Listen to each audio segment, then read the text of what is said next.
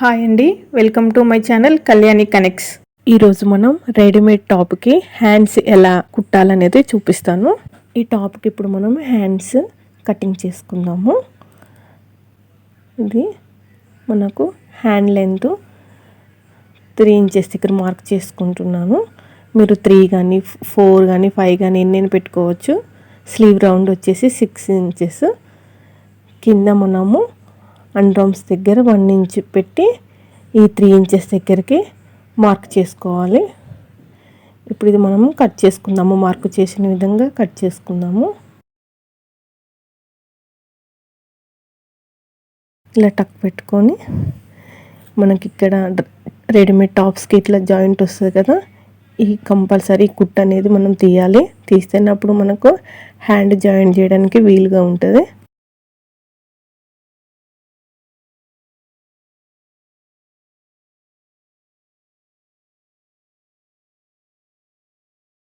ఇప్పుడు ఈ హ్యాండ్ ఉన్నది కదా, మనకు సెంటరు చిన్న డాట్ పెట్టాను కదా, ఈ షోల్డరు టాప్ మనము షోల్డర్ ఉంది కదా, ఈ చూడండి ఎడ్జ్కు నేను ఏళ్ళు చూపించే చూడండి, అలా ఎడ్జ్కు మనం కుట్ అనేది వేయాలి.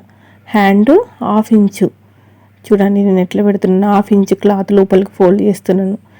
ఈ విధంగానే టాప్ అనేది మనము రెడీమేడ్ టాప్ అనేది కుట్టాలి. చూడండి,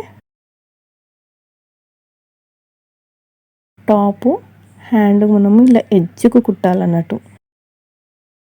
ఇలా కుడితే మనకు గ్యాప్ అనేది రాదు.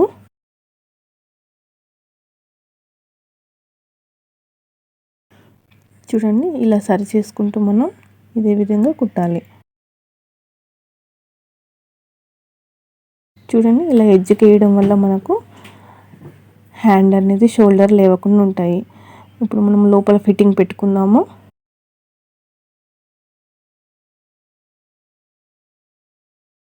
సిక్స్ ఇంచెస్ దగ్గర మార్క్ చేసుకొని చూడండి ఇలా కుట్టాలి.